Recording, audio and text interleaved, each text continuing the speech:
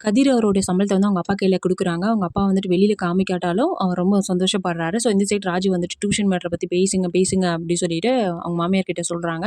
"அம்மா நான் பேசுறேன்ம்மா, இப்போ பேச முடியாது" அப்டி சொல்லிடுறாங்க. ஸோ எல்லாரும் அவங்க ரூமுக்கு போயிடுறாங்க. என்ன அப்டின்னா கதிர் கிட்ட வந்துட்டு கதிர் வந்துட்டு ராஜு கிட்ட என்ன சொல்றாங்க அப்டின்னா, "நீ வந்துட்டு டியூஷன் அனுப்பணும்னு ஆசைப்படுற. ஃபினான்ஷியலா வந்துட்டு ஆ நீ நீயா ஸ்ட்ராங்கா நிக்கணும். உன் கால்ல நிக்கணும்னு நெனைக்கிற. அது ஓகே. பட் இப்போதைக்கு இந்த காசு வச்சுக்கோ" அப்டி சொல்லிட்டு காசு குடுக்குறாங்க. "இல்ல இது எனக்கு தேவையில்ல. நானா டியூஷன் எடுத்து சம்பாரிச்சு என்னோட ஸ்டடீஸ நான் பார்த்துக்கிறேன். நான் உன்ன கஷ்டப்படுத்த மாட்டேன். எனக்கு ரொம்ப அர்ஜென்ட். நான் மட்டும் உன்ட்ட கேட்கிறேன்" அப்டி சொல்றாங்க. ஸோ அவங்க கான்வர்சேஷன் அழகா போச்சு. ஸோ இந்த சைடு வந்துட்டு என்ன பண்றாங்க, பாண்டியன்கிட்ட சொல்லலாம், டியூஷன் மேட்டர் சொல்லலாம்னு சொல்லிட்டு நெறைய ட்ரை பண்றாங்க. ஆனா அவங்களால முடியல. என்ன சொல்றாங்க அப்டின்னா, "சரி என் பையன் பாத்தியா, என் சம்பளத்த எடுத்துட்டு வந்து என் கையில குடுத்தான். எனக்கு எவ்வளோ சந்தோஷமா இருக்கு தெரியுமா?" அப்டி சொல்லிட்டு கதிர பத்தி பெருமையா பேசுறாரு. "இந்த காச எடுத்துட்டு போயிட்டு வைல, நாளைக்கு அவருடைய கதிருடைய அக்கவுண்ட்ல போடணும்" அப்டி சொல்றாங்க. ஸோ பாண்டியன் வந்துட்டு என்னதான் வந்துட்டு வில்லனா தெரிஞ்சாலும் ரொம்ப நல்ல மனுஷன் தான்.